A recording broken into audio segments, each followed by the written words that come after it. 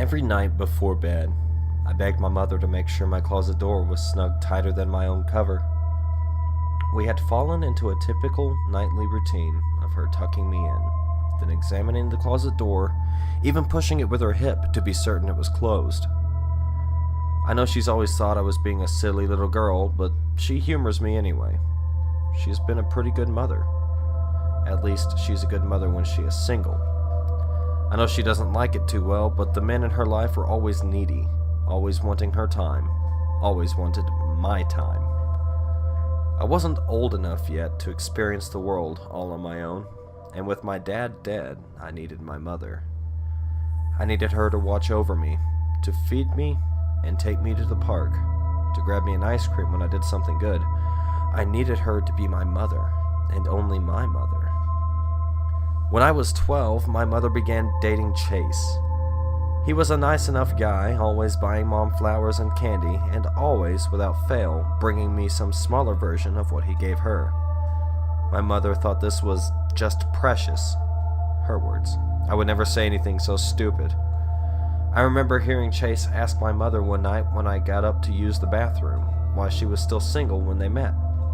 He exclaimed that he just couldn't believe someone like her, a beauty beyond compare, yes, eye roll, could never be snatched up by some Persian prince or some other foolish and ridiculous thing he liked to say.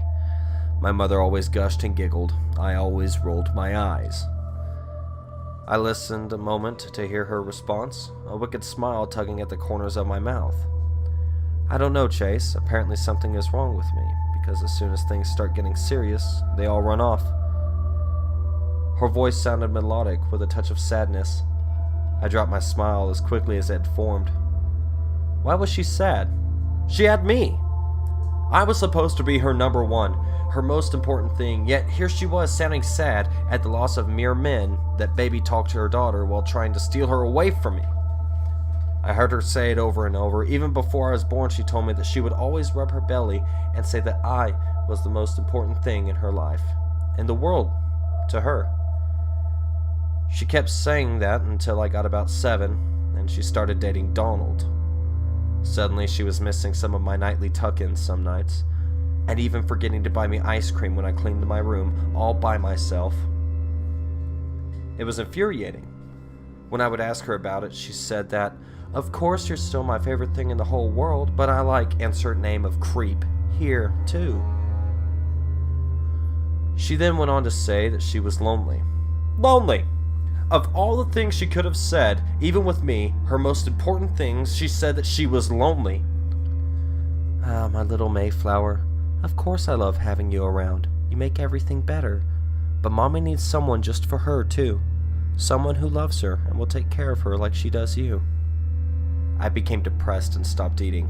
I refused to leave my room until my mother came in and told me it would be alright, and that she would get rid of Donald and we could be happy again. But she didn't. She actually got mad at me and told me I was being childish and selfish. She was the one that was being selfish. She was the one that was leaving me alone in my room while she had wine on the couch while she watched a movie with Donald.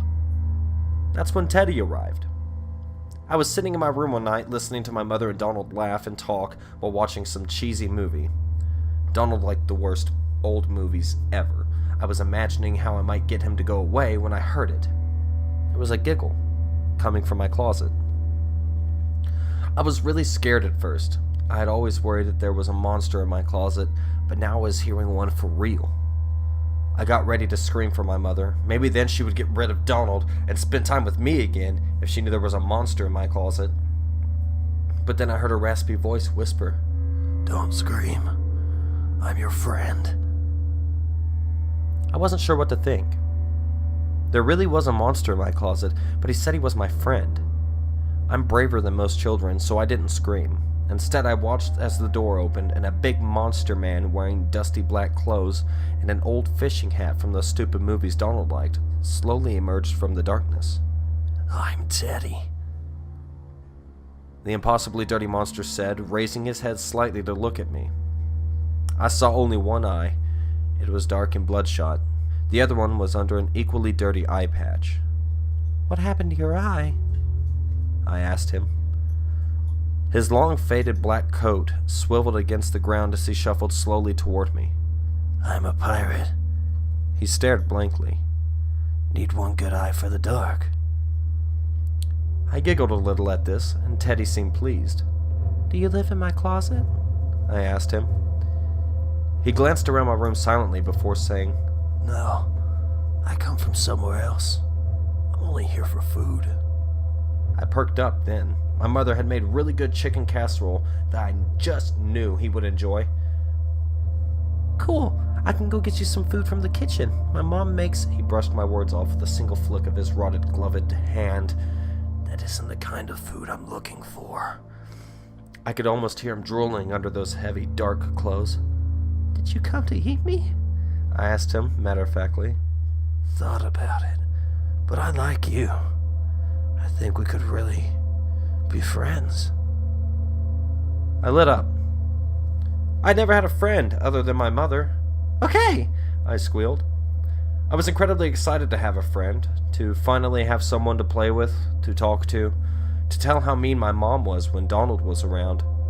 A week passed and Teddy visited me very often. I told him everything, and before long, he didn't like Donald either. He told me to get Donald to come over to watch a movie one night, and he gave me 2 pills. One for my mom's drink, and one for Donald's. Teddy said that Donald would go away, and my mother and I could be happy again.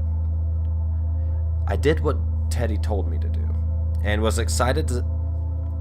I did what Teddy told me to do, and was excited to see him when he came out of the closet that night. My mother and Donald had fallen asleep early on the couch. I was a little disappointed when Teddy told me to stay in bed, and that we wouldn't be talking or playing that night.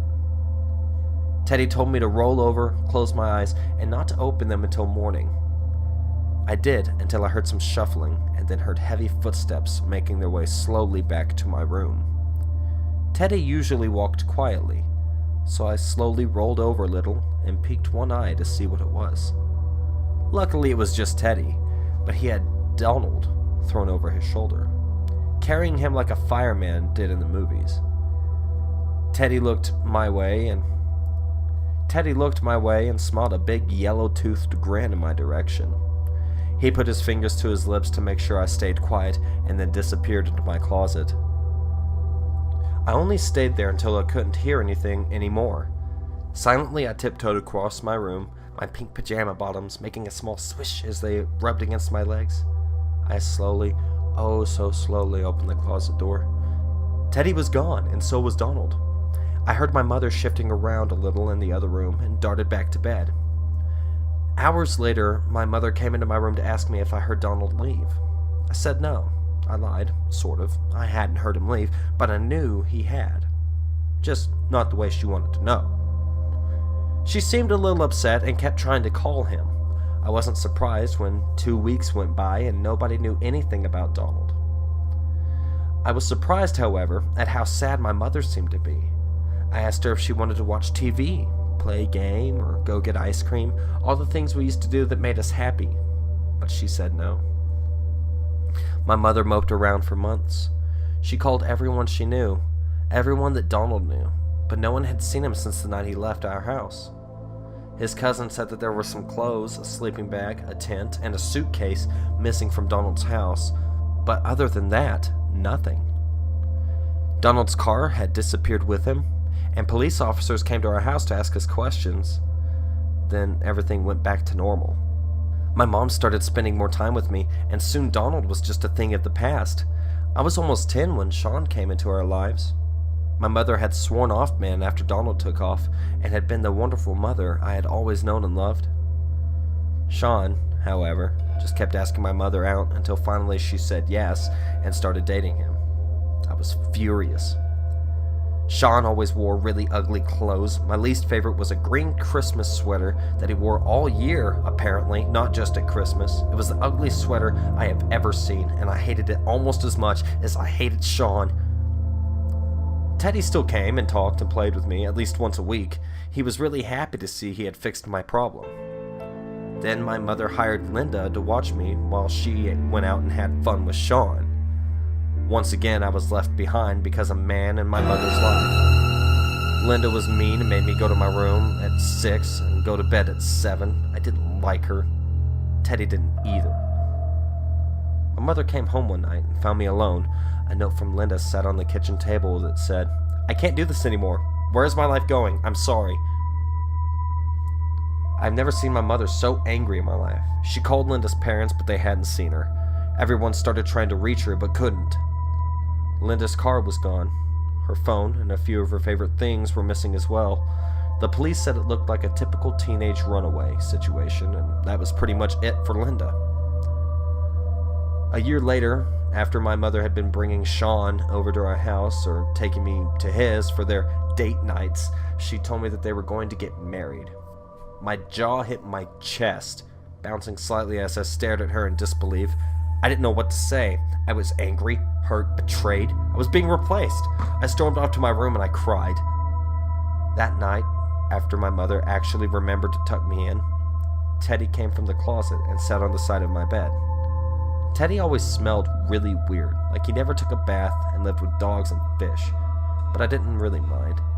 He always wore the same clothes and hat and moved his eye patch to his other eye when he came to see me. He was my best friend. I told Teddy everything, and he said he would make it all better. A month later, Sean left my mom and his family a note saying things about not being happy, things moving too fast, and needing some time alone to think. He took his truck, most of his clothes, and his dog, and was never heard from again. My mother cried for weeks. Finally, she came back to me, and we started to be happy again. On our way to grab ice cream from our favorite place in town, I saw something that caught my eye. It was an ugly green Christmas sweater. A very skinny man with an overcoat, a little like Teddy's but not as long, was sitting in the park by a tree, eating some kind of meat. It was dirty and torn, but obviously still the same horrible sweater. My heart sank. Sean was back. As we walked by the man, I struggled to look at his face in the hope of making sure it wasn't Sean waiting on us. I looked into the tired eyes of the obviously homeless man, and he seemed to understand my worry. He pulled his dusty brown coat over the sweater and winked at me before going back to his meal. My mother never saw anything, and I felt a massive relief wash over me. Sean was truly gone forever, and Teddy was a good monster man because he helped people in need. He solved my problems, and it appeared he solved homeless people's problems too. There was no telling how far his goodness went. Certainly he couldn't really be a monster since he was so good. It was at that moment that I knew I would be alright, and I skipped home, joyfully eating my ice cream as I hummed my favorite song. Teddy didn't visit much for a while. He said he had some other things he had to do, and he would be gone for a bit. I was upset. Teddy's my best friend, and I didn't want him to go away. He assured me in that raspy whisper he speaks in that he would be back soon, and for me to enjoy some quality time with my mother. I heard my mother giggle again. Chase had said something stupid about no man in their right mind ever leaving her, and my mother had responded with how much it had hurt, how lonely she was until she met him.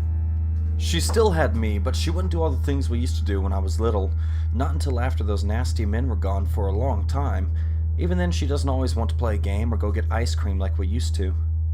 Teddy came back. He said he was sorry for going away and that he would never do it again. He said that he had another friend, another little girl like me, but that she was in a lot of trouble, that she was being hurt really bad by her mom and dad. Teddy said that he had to take care of her, so he did, and that was what had taken him so long. I was a little jealous that Teddy had another friend. He was my only friend in the world. The kids at school were all mean little brats that liked to dress up with makeup and trendy clothes. They would think that Teddy was gross and not real. The other girls think I'm a freak and don't talk to me, and the boys are all interested in the pretty girls. I don't mind playing alone though. It gives me time to think. Today I've been thinking about my mother and how she's going to be tomorrow. I hate it when she is sad. She cries a lot and doesn't spend much time with me. When she does, she's always sad and no fun, but hopefully, with a little time and me staying close to her and telling her how much I love her and that I'm the most important thing in her life, the only thing she needs, she will come back around. Teddy said tonight he would bring me the sleepy pills again, and I would give them to my mother and Chase, just like last time. After that, Chase will disappear like everyone else, and I will finally be able to be happy again without him always calling me a squirt or kiddo or trying to mess my hair up. Teddy is coming to get him and take him into the closet. I don't know where they go from there or what happens. And I don't care. Teddy is my best friend, and I trust him to fix my mom and I's relationship. I just want my mother back. I want the mother that took me out and played with me, the mother that played with my hair while we watched a movie and ate popcorn. I want the mother that pays attention to me when I need it, but she's always different after men leave her. I just hope I can get her turned back around. I really miss spending most of my time with her, and the rest with Teddy. I know she wouldn't like Teddy because he smells bad, dresses weird, and takes people away. I wish they could be friends too, but my mommy has a certain type she looks for, and Teddy's thick and filthy beard would repulse her immediately. I'm really starting to think I should have tripped her down the stairs instead of my dad.